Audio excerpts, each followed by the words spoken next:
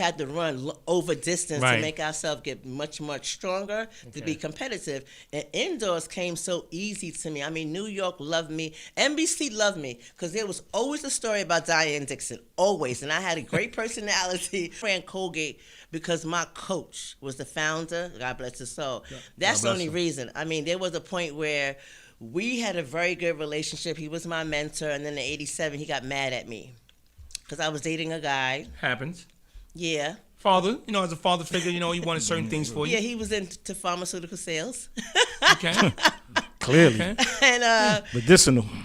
and then we kind of parted in '88. I made the Olympic team. Fred Thompson was an Olympic coach, so he was there.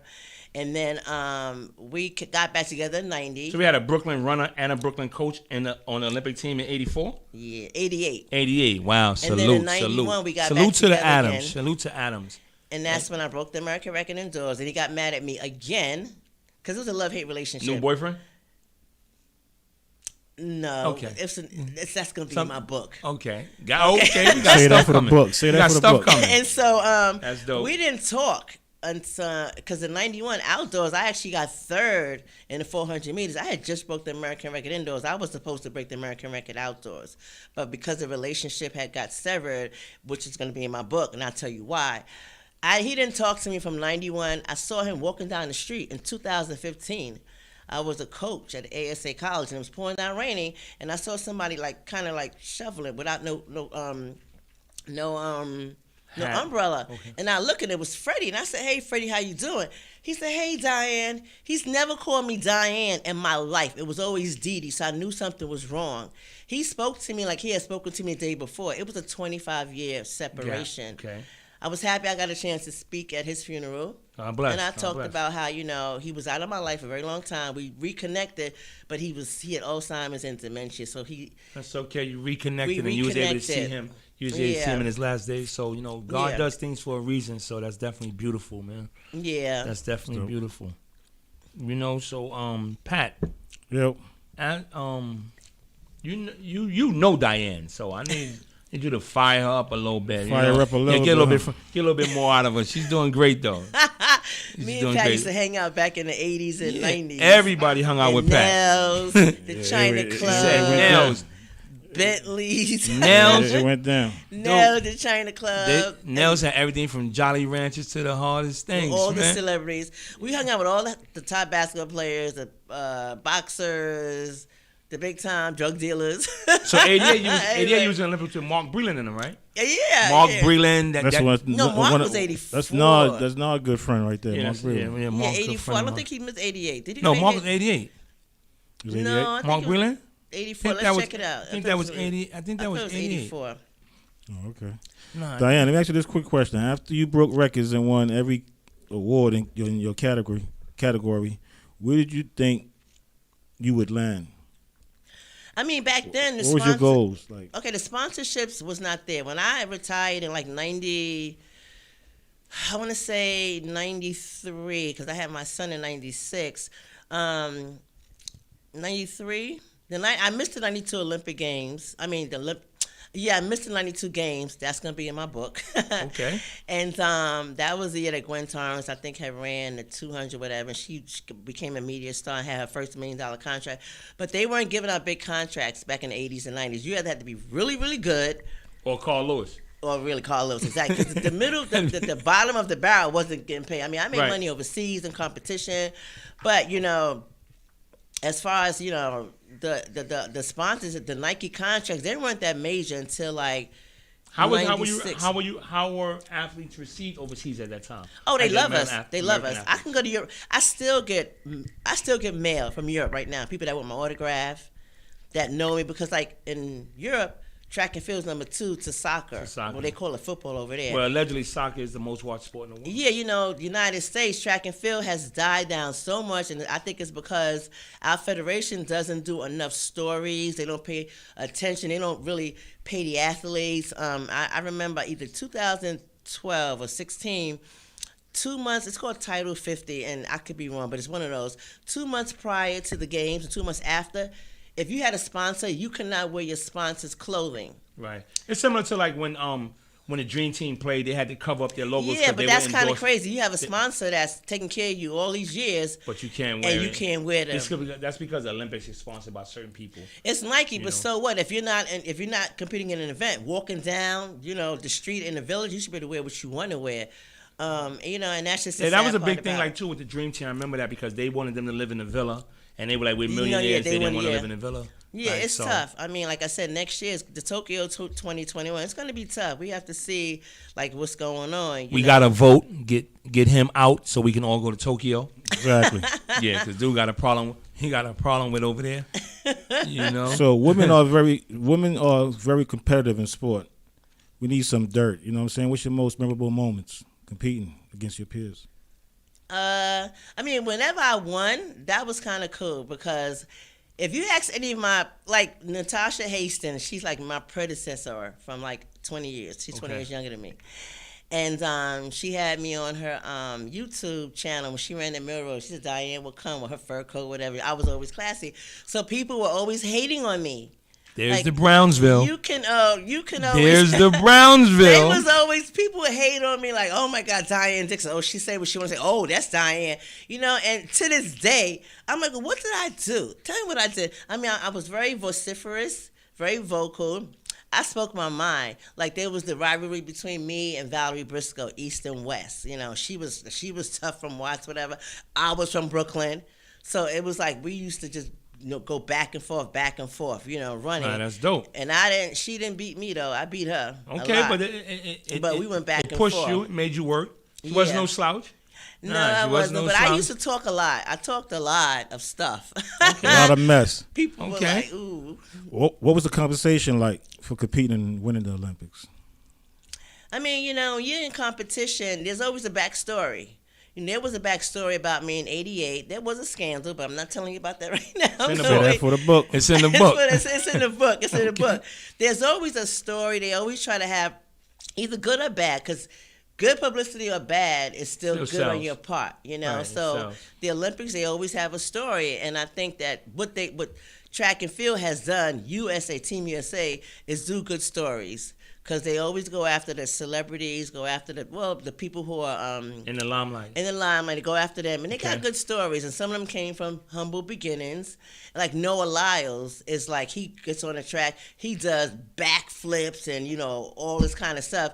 Allison Felix, when she wins, she's like, oh, I'm so happy, She's very humble. Sydney McLaughlin, they're very humble. Me, I was like Naomi Osaka. I love when she wins. Yeah, I was like, listen, I always I was confident, I had a good story too, but, we need more rivalry. We need more trash talking, I think, in track and field, but good trash talking. Right. Bring it back. Well, yeah, it's like me and Pat always say, and like the Hoopers, we talk about the old basketball. Like we didn't want to play with the hot dude. We wanted to get at the hot dude or vice versa. Yeah. So it doesn't mean that we hate you. It's like we all hang out. We had the garage together. We partying, we rocking. But on the court, we wanted to get at you. You have to trash talk because the men do it and they get a lot of airtime. But the women, they're just so polite. Is it because they still consider you women, so you're supposed to be dainty and lady and not behave in that manner? Is that more or less like the guidelines, like when you guys become Team USA? No, you just need more people from Brooklyn to make these teams, because then we're gonna trash talk. Say no more. More New Yorkers. London, my baby, you hear that?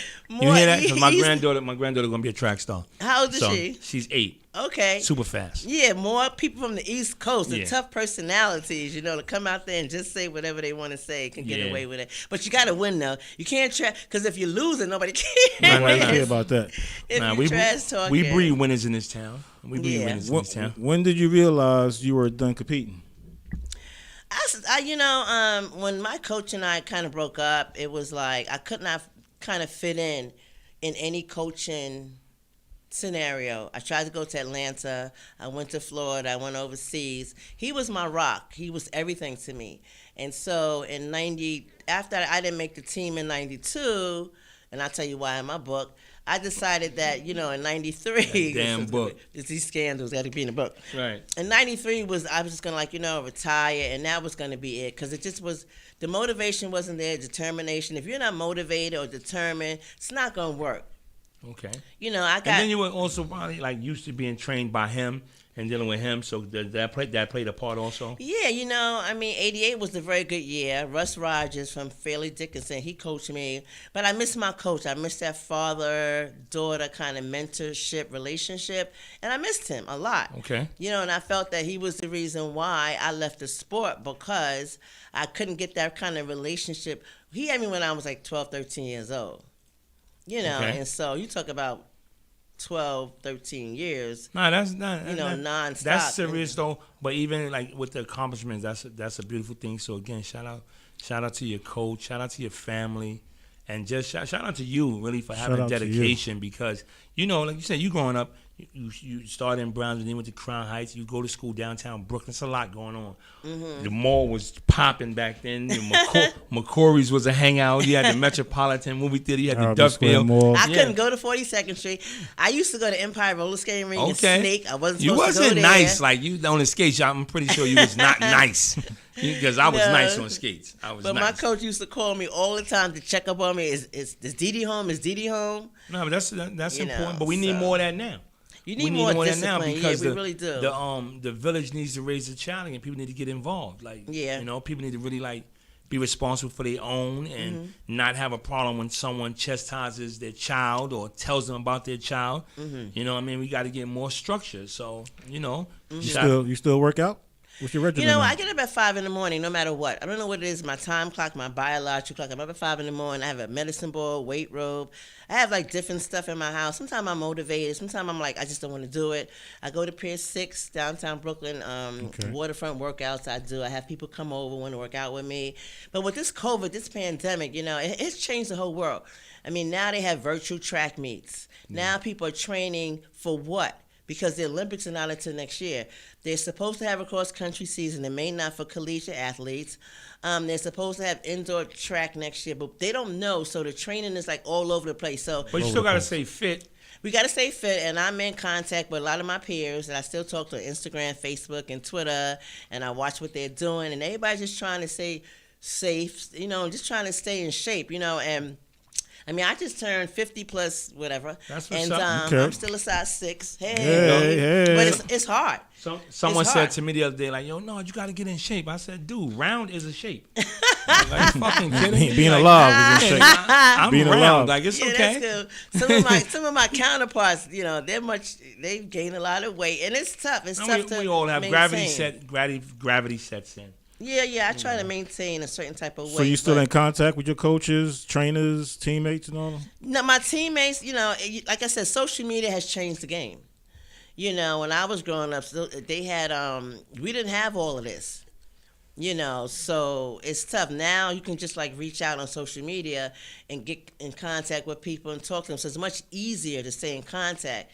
You know, with people. It has its pros and its cons. Yeah. Like certain people, it's bad when certain people get a hold of the platform and they brew and stew the nonsense and stuff like that. Yeah, it's like Chris Coleman. He's a 100-meter champion. He's good.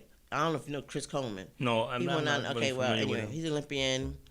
He didn't win a gold medal. Did he win? I think he won a gold medal. I'm not too sure. I should know this. Anyway, he missed 4 drug tests. And because he missed 4 drug tests, they sabotaged him. They're trying to ban him for 2 years. Wow. And he's one of the greatest. He's after the Carl Lewis, after, you know, the John Drummers and everybody else. And because he missed 4 drug tests, they're trying to ban him. So his platform and social media ate him up so fast. Michael Johnson, I'm not a fan of his. Michael Johnson? He had a good run. Yeah, but I'm saying, it's your fellow Americans. You know, we understand that he missed 4 tests, but now... I used to like the other dude. What's the other dude? Gatson? Justin Gatlin? Yeah, Justin Gatlin. He got busted for drugs twice. I like all the drugs. I mean, he's running now. Yo, don't get me wrong. My bad, Justin. Yeah, but I mean to put you out there. But he came back after 8 years and started running one of the fastest times ever. So I mean, I was a big fan of Ronaldo Skeets Nehemiah. Yeah, because he did football and track and field. He did football short. He got hit one time back to track and field. He's the agent right now because they're doing like. Shout out to Skeets Nehemiah, man. They're doing Where Are They Now? Right, that's dope. You know, trying to bring people. I remember I used to watch them on Willie Gault. Remember No, Willie yeah, Willie Gault? Gault. Golf play He football. played Chicago football, Bears. and Chicago he Bears, ran yeah. track and field, so he's double. I used to watch him on Superstars. They do the Okay. obstacle courses and Yeah. all that. Now, that was dope. D, you mentioned in a recent interview that the U.S. doesn't give track and field athletes enough props. What would you do to change that? What you think need to happen? I mean, there's a group called the Real Deal Track and Field, and it's on John Drummond, Monique Hennigan, and Mr. Man Frisbee. They're the administrators, and we all go on there and we talk a lot of crap. And if you don't have a tough skin, keep it moving. And we always say that USA Track and Field, their headquarters, they have to do more for the athletes, more stories, more support. Right. And that's what they're not doing. Right now, it's tough because they said that if an athlete doesn't run a certain amount of meets every year, you lose your sponsorship. Wow. So a lot of them were just running just to run, to compete, just to keep the money flowing, and is that like unnecessary wear and tear, you believe? No, we just need, this year's tough. You can't really compare because of the COVID. Right. And a lot of sponsors are like, I'm out of here. Allison Felix, she got pregnant last year, and Nike wanted to cut her 70% of her salary. Wow.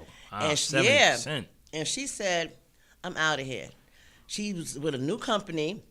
Now Nike has a new protocol. They will not penalize a female for being pregnant. So now she's on for, shout out to her. She changed the game. She's with Atlanta. Allison Fields, you said? Wasn't there a girl that was running like 8 months pregnant? Elisa Milano. Yeah, I heard Elisa about Milano. Wait, let me get Elisa Montano. Let me get the right name because I don't want to have the wrong name. Okay. Elisa Montano. She ran 8 months pregnant. That's crazy. Yeah, I think it was like 3 or 4 years. That shit worse than transit. But anyway, she ran pregnant, but the backstory was she had to run pregnant because she had to keep her Nike contract, or whoever was sponsoring her. Wow. Had to keep their contract. So women were being penalized for being pregnant. When Natasha Hastings got pregnant, she didn't even want to tell Under Armour, but thankfully, they love her. Her sponsors just love her, so they all stayed on board. So, you have to fight dope. Just when you want to have a child. Shout out to these companies that's doing the right thing. Man. Yeah, you got it. But Nike came on board and said, you know what? Excuse me. We made a mistake. They don't penalize females now for being pregnant. What's up with Nick Simon? That guy. Excuse me. Nick Simmons. No. He just tattooed his sponsors on his body. When they had that title, either 50 or 60, when they said they couldn't have sponsors to be visible for 2 months prior and 2 months after the games, he started tattooing sponsors on his body. Wow. Okay. Yeah, he found a way to go around it, but they still told him he couldn't compete. Then when they told him he could compete, he decided he didn't want to compete. So that was a whole nother story. Okay. What's are some of the obstacles that you see, with the young female athletes today? I mean, there's no real obstacles. I know that some of them like one and done. Like some of these young athletes, some of the sponsors throw money at them at an early age. Like Sydney McLaughlin got signed when she went to Kentucky one time, and then she got signed. She's a good story. Allison Phillips is a good story. But there are some who the shoe contracts give them a lot of money, and then they don't perform as well. Then they get criticized. But it's like, isn't that fair for them to get it early? Like the young tennis. No, I say take the money and run. The young tennis people get it. I say take the money and run. But then the thing about with the sponsorships is that if you don't perform a certain level, or if you have a performance level bonus, or you have to have a projection. But that's like in the contract. Like they got to meet. Like yeah, they may lose their contract, and that's kind of crazy. You're going to throw all this money at them. They have to be smart enough to, you 16, 17 years old getting these multi-million-dollar contracts. I say take the money and run, but I say take the money and run, but also perform where you were performing before. Okay, don't let the money make you complacent. Yeah, no, exactly. Okay. Understood. What would you tell like the up-and-coming female athletes about competing in track and fields? I mean, track is tough. It's a tough sport. You have to be motivated, disciplined, dedicated. You have to want to do this. And a lot of people get into the sport just because, you hear people that say, I started at very seldom, like 13 or 14. Some start in middle school, some start in high school. Right. It's a tough sport. It really is. What like even though it is tough going in, like where could the young ladies here in New York City go, or Brooklyn go to to push forward in this track and field game? There's not many track clubs in New York City. That's the problem. Wow. They kind of went out in the 80s and the 90s, other than the Colgate Women's Games, to compete, which they're not going to compete this year, I don't think. It's supposed to be in December. And track clubs, people who are ahead of track clubs come to try to see who's, right. around. Because people contact me all the time. And they want to run on a track club. And I'm like, well, let me name one or two. And I really can't. I was going to start a track team. Okay. But it takes economics. It takes finances. It takes dedication. My coach, he was a lawyer. Gave up his whole practice just to train us. So you have to have that kind of... He had a passion, right? Yeah, you really do. You have to have somebody who's going to really believe in you. And like I said, track and field in New York is so... It's kind of dead. It's not like, you did PSAL. It's not that great. Middle school, it's not like it was when I was growing up. Yeah, I remember those 40-yard dash and 100-yard dash races. So what are you doing now? Well, like I have personally? my own. I have a Diane Dixon Foundation for Sports and Technology. Okay. I have a Diane Dixon Sports Shops and Skills Development Curriculum. Okay. I'm working on getting a grant with the city to do some programs for kids. Okay. Personal training. I'm trying to get into that. It's kind of tough because I don't want to go. I'm not going to take the train. I took the train once since March. You scared of the train? Oh, since COVID. Since COVID. I took the You bus. sure you from Brownsville? I'm from Crown Heights. You might be from Canarsie. I'm from Crown Heights. I'm not taking the train. I get asked to coach, and I'm like, you know what? Get a train. I'm not taking the train. Take an Uber. I'm not taking my car because it's too far to drive. And, it was so much more access prior to this. Okay. I was around a lot of people, but now just to get on the bus to go to Red Hook, to go to practice, or to go up to the Bronx or Manhattan, right. I start panicking. Like when I came in here, I'm like, where's the Lysol? Where are the wipes? Where are your masks? Then when you saw all that, you was like, nah, they're official. Okay. A Bridge is official. Shout out to S.STREET Media, man, for making her calm, man. That's what's up, man. It's definitely dope, man. Just subscribe, man. Yes, I'm trying to get people. I have a curriculum that you can download for free.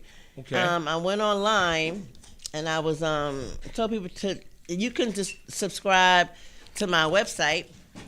Okay. Can you see this? Let me see. Sports. DD at DianeDixonFoundation.org. There you go. Diane Dixon Foundation.org. Sports shops and skill development is curriculum. It's from K through 12th grade, and it's a variety of exercises. They're health related and skill related. I have something called B-Corps: balance, coordination, agility, reaction power, and speed. Oh, we're about to build some stars. And then it's a health, a fitness portion and a health portion. So you go to my website, DD at DianeDixonFoundation.org. And you get a free curriculum. I was selling it at first, but now it's for free. Okay, dope. And that's for something. That's huge, man. Way to give back, man. Yeah, way to give back, my website. Man. That's so D, you got a special friend, man. We've been hearing your name out there a lot, man. That dude they call Dapper Dan. Dapper Dan. Yeah, that was. Yeah, we want to hear this story right here. How you run into Dapper Dan? I met Dapper Dan. Shout out to him. He changed the game. I met Dapper Dan like in 88 or 89. And he actually did a video. If you go to my Instagram, is Diane Dixon as well. Okay. And Twitter and Facebook. And back in the 80s, he was, designing jackets and designer clothes, MCM, Louis Vuitton, Gucci. Right. For the rappers, the drug dealers. You had to have $2. They was not for not for me. So that's where Miss Green got knocked out at, right? Mike Tyson knocked him out over there. Yeah, so I used to go to Harlem like all the time, and because all my friends that had money had these like drug dealer boyfriends. They were all like big time. So we go up to Harlem, go to Dapper Dan's and kind of hang out. I had a 1989 Mazda RX-7 red. He put MCM gray and red MCM in my car. Dope. And then I wanted a jacket. So we sat down and said, listen, I want to be like high fashion. He made me this nice Louis Vuitton mink coat. 30 years later, Gucci makes the same coat. A friend of mine worked for Gucci and called me and told me, sent me the photo, and I put the photo that Gucci had in Louis Vuitton and Dapper Dan. That put Dapper Dan back in the game. Put him back in the game. He talked Put about him me all back the in time. the game. That's what's up. Back in the game. He owe you some money. He owed me a check. Where's my check, Dap? He owe you some money. Yeah, Dap gonna have you on the next in his next fashion show. He should. He should, like, From bringing the it queen back. of the boards to the queen of the runway. Nah, that's Queen of what's the up. indoors. Queen of the indoors. So he talked about me. He did a video. He said, okay, this is how the story started. He said he would never have imagined 30 years later his life would change by this one jacket that Diane Dixon But you got to think about it too. The game is the fashion game is about thievery. Someone's always stealing from somebody. And here's some guys. Here's a company that they had a recent episode where they wasn't really rocking with black people. They were being disrespectful. You know what I mean? Then they take something that a person who looked like us created. You know, Dapper Dan, shout out to him. He created it, and then they redo it. You know mark the funny it up. part? They had a fashion show, and the jacket was on page like buried. Okay. And my friend was going through the book, like on page 37. He was like, wait a minute. I know this jacket. And he sent it to me. And then we're on Instagram, Steve Stout, Puffy, Misa Hilton. You got some serious friends. All the major gossip outlets. I tagged everybody in America that I possibly could. I look at my gram. I ain't getting no tags. I just tagged them. And it finally came back that Gucci recognized what he did. They said, no, you got to give Dap his props. And Right. I really admire him because Dapper Dan back in the day, he took care of us. He made sure that he was always there. 24 hours he was open. Right. Always Wow. available. Like what he's doing now. He has a mentorship program, mentoring, trying to give back to young people who want to get into designing. April Walker wear, Misa Hilton is with MCM. Okay. And I was rocking MCM back in the 80s. I even that's posted a dope. photo on Instagram Yeah. back when I had all of that. And so I'm happy that he's actually giving back to the black community and trying to bring up and coming designers. Nah, that's huge. That's huge, man. And again, man, just like, your affiliation, excuse me, your affiliation, your willingness to compete, your willingness to be boisterous and stuff like that, and to be outgoing. Oh because, yeah, that's like, me. That's Bill Cosby sponsored me. The late George Steinbrenner. Steinbrenner, that's my guy. Yeah, I met Still Cosby. I met Cosby because there was a scandal that. Shout out to Bill, man. Fucking Shout out to 6ix9ine. Bill Cosby. There was 6ix9ine got my man Bill jammed up. Man, he told everybody. There was a This scandal. guy. I met Bill Cosby after one of my scandals. This is like really weird. He became my mentor. Wow, that's dope. And he took me under his wing, and he said, you got to get a guy that wears a suit and a tie, because that's a good look for you. As long as you have a suit and tie on, that's a good look. He took me under his... teaching. He was Nice. teaching. Yeah, he was always my mentor, and I actually met him. I was competing indoors, and he rooted for Valerie Briscoe Hooks to win, but she didn't win. I did. And once I won, I met, I used to go to the Cosby Show in Astoria, Queens, and I used to watch the show with him, with the other, athletes and stuff that were there, and the cast. And so, he was very generous to me. He was good. I'm sorry what happened to him now, but, And he was losing that cash, huh? Bill was very generous. Like, so, in the hood, generous mean like he was letting off some of that cash. You know what I mean? And have y'all good people around him. And then y'all wasn't getting the major sponsorships. So at the end of the day, I guess he was filling a void. Yeah, he was like, we needed something, and he was always there for us. Did Bill have anything to do with Colgate? No. Nothing at all? Nothing. No. I always have Bill. Was Steinbrenner good dude? I met Steinbrenner at an event, and he's the vice president of the Olympic Committee, U.S. Olympic Committee. And I told him, we don't get paid that much sponsorships. And with our contracts, and how in America, in New York City, we should get paid more money for living in New York City than living in maybe Arkansas or Virginia, because the cost of living is higher over here. He said, okay, meet me at Yankee Stadium tomorrow. So I was like, okay, cool. We want to go to Yankee Stadium. So I go to Yankee Stadium. I found out that he owned the Yankees. I didn't even You know didn't that. know that? I said, he on the Yankees. I could ask for more money. Yeah, pretty much. You know what's crazy? A lot of people don't know. His family made ships for the Navy, and they brought the Yankees for him as a project because he was annoying. Oh, and really? he turned $10 million project into a $1 billion organization. Shout out to George Thompson. I did not know that. Nod pays attention. For real. Shout out I did not know that. Nah, that's no. So right, you meet him at Yankee Stadium and you realize who he is, and at this point, he I helps met him you at guys. an event, and I knew he was the vice president, and he said, "How much money do you need per month to help you out?" I gave him a ballpark figure. He said, "Okay, meet me tomorrow." His I think PR person contacted me.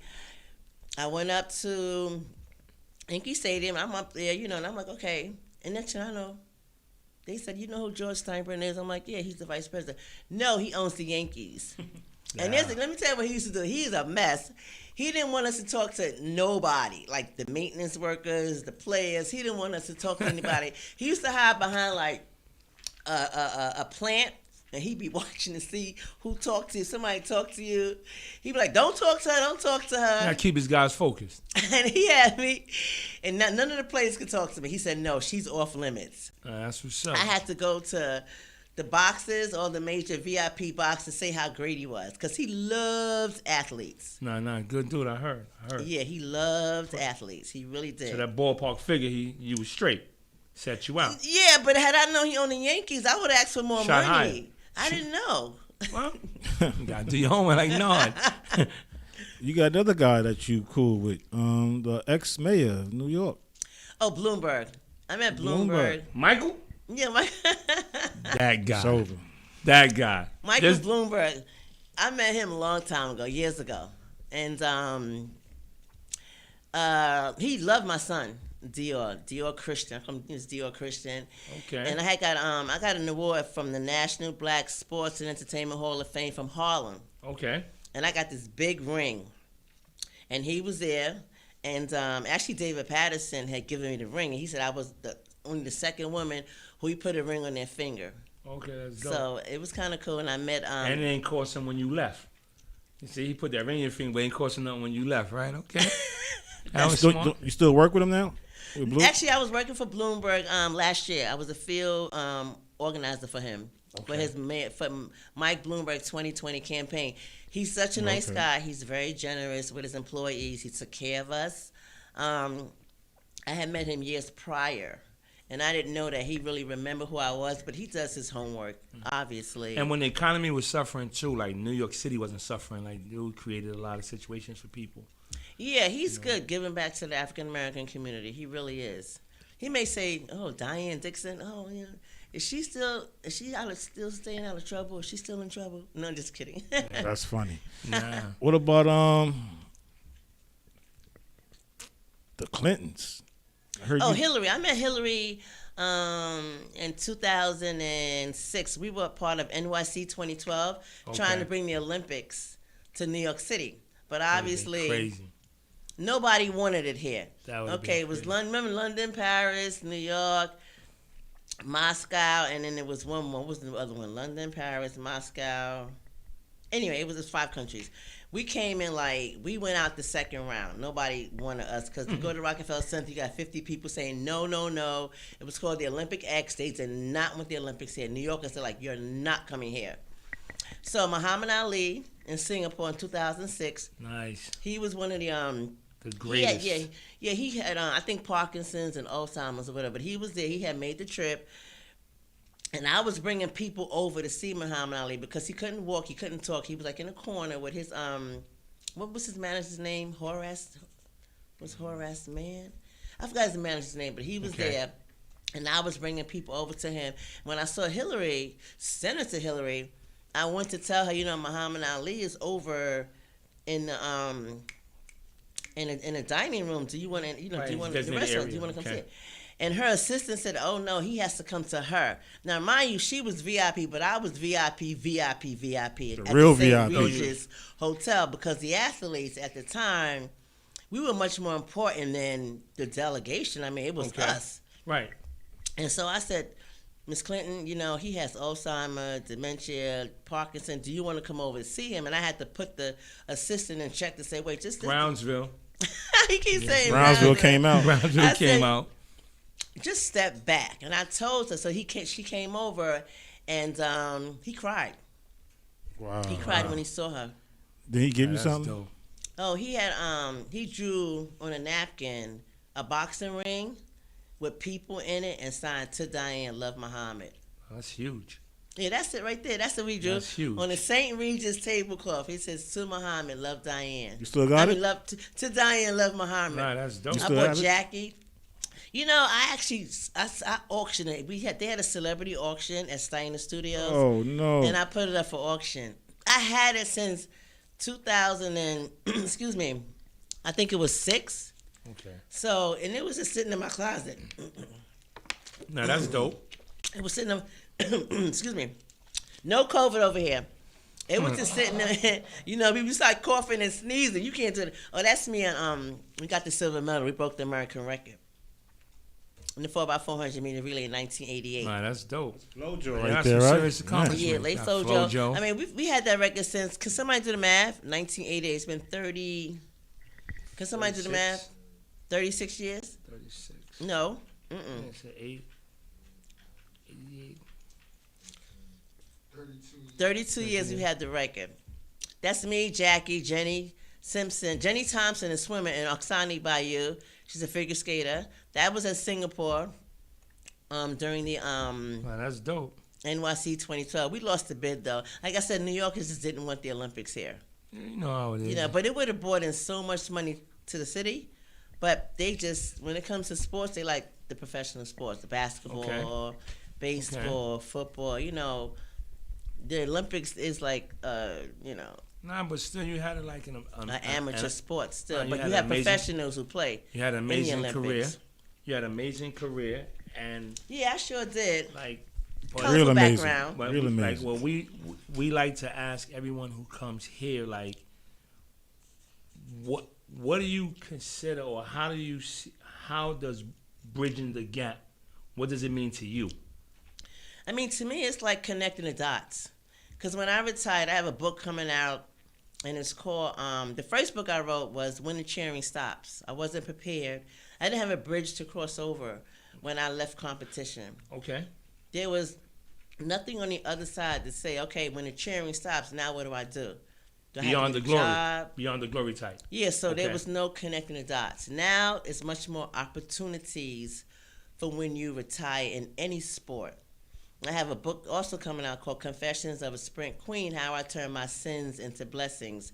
I learned a lot after I had retired in the past years of how you have to bridge the gap with networking, making connections, staying in contact, follow up. Right. Thank you letters, emails, phone calls. If you say you're going to do something, do it. Right. Be consistent. Being held accountable, right? Accountability. Yeah, be consistent. And, let people know that, that you care. I mean, because like I said, I get a lot of fan mail. People contact me all the time. And it's the follow-up, it's the thank you. Touch a lot of people, because like you say, the young ladies who's running behind you 20 years later and everything, they had, like, those people were studying. So they study us, so they know not to make the same mistakes. Right. You have a lot of these competitors who have multiple streams of income, multiple businesses that they monitor, that they promote, that we all support. Because I guess they saw, like, previously, okay, we don't want this to happen to me, And track and field is not a real marketable sport. It's not like tennis or swimming or gymnastics. You have to either be the really best to get... But it's so many events in track and field. Yeah, but then they only focus on the sprints. Yeah. Like they always say, the throwers don't get that much. Like the boxers. Long jump, Jackie Joyner Kersey. And, they don't even give her that much publicity because you don't see her commentating. Nike loves her in Oregon, okay, in Portland. They love her in Europe. But, she has her own foundation. She has her own, a big, the Jackie Joyner Foundation. She has a building, but in St. Louis, I guess. But, you don't hear that much about her around track and field. You know, it was like she didn't have that look that they wanted, I guess, or that marketable, you know, marquee that they like. You know, and it's sad that it's a look that they're looking for. And, you know, once she has you got to just continue to change the narrative. Yeah. You have to continue to change the narrative. You really do. Like you said, in connecting the dots. You're going to be doing that with your book. I am. Book coming soon. We on it. It's gonna be epic. It's gonna be epic. Diane, what's the best way? What's the best way to get in contact with you? I mean, you can email me at dd@DianeDixon400plus.com. Okay. My website is DianeDixon400plus.org. I'm on Twitter. I'm on Facebook. I'm on Instagram. I don't change my name. It's just Diane Dixon. You Google me, you'll find me. Okay, say no more. Appreciate it. Mm-hmm. Appreciate Definitely, it. Man. Happy to have you, Diane. I know you for 30 years. You know what I'm saying? Thank you hooked so up much. Again, and it's like never left. Been the same. Patrick looks the same. Yeah, shout out to my barber, too. I ain't had a part in 30 years, man. I got this part in honor of my son, man. Forever sticks, man. Love you, boy. Miss you, Rest man. in peace. Rest in peace. But Diane, we want to thank you. Thank you for coming, Diane. We appreciate you. It was a pleasure, man. Thank you. I was a little bit apprehensive, not going to lie. I spoke to Pat 10,000 times on the phone. I spoke to my aunt. You didn't just speak to Pat because he called me every time you call him. I said, Pat, they got plastic. Pat, you got the. I mean, you know, with the pandemic, you know, you really have to be careful because it's not going away. Right. And if you don't take proper precaution, you know, I mean, you guys have me like 6 feet, which I like. You know, he's over here with a mask on. When I came in, I'm like, got your mask on, and I don't want to like throw people off to say, here come that B. Talk about where's the mask. Because when I go to my building, everybody start putting on their mask. When I go to stores in my neighborhood, they look at me, they go, because they know Diane Dixon's going to say, where's your mask? Where's your mask? And you know, that's okay. Because No I get that kind of respect. You could take it off when I leave, but when you see me, you got to see the people who just start doing this. Well, and I'm like, well, this here is my show. So this is good. Right here. We good. But now we definitely appreciate you. We're glad we was able to accommodate you in reference to space. You saw everything be sprayed and wiped down, everything. Yeah, so you definitely do PPE. I like that. So I appreciate it. We definitely appreciate that. Appreciate you for having you, Diane. We appreciate S.STREET Media. S.STREET Media. You know subscribe. For having us, for continuously press the buttons. Creating press the like buttons. A platform for us. Again, we want to thank our family and friends for believing in us, man. Shout out to all my dudes. I mean, I want to keep it going, man, but go you vote. already know what it is, man. Go Everybody vote, guys. Go vote. Vote, man. November 3rd. And just know, man, that your vote matters, man, because if it didn't, man, they wouldn't be doing so much to stop you. A Bridge Podcast. A Bridge Podcast. Thank you, Diane Dixon, for coming through. Brooklyn's finest. Yeah.